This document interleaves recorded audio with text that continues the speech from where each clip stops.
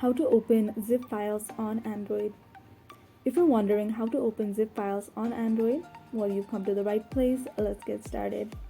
First thing you want to do is go ahead and click on File Manager. And you can see my zip files are in archives right here.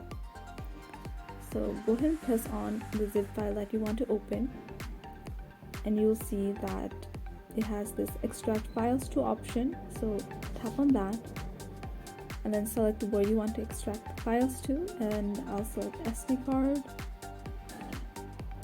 and then click on which file that you want to store the extracted files to. So I'm just going to select documents and then click on extract at the very bottom right here.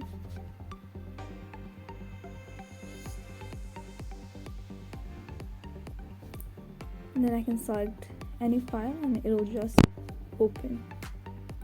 So that is how to open zip files on Android.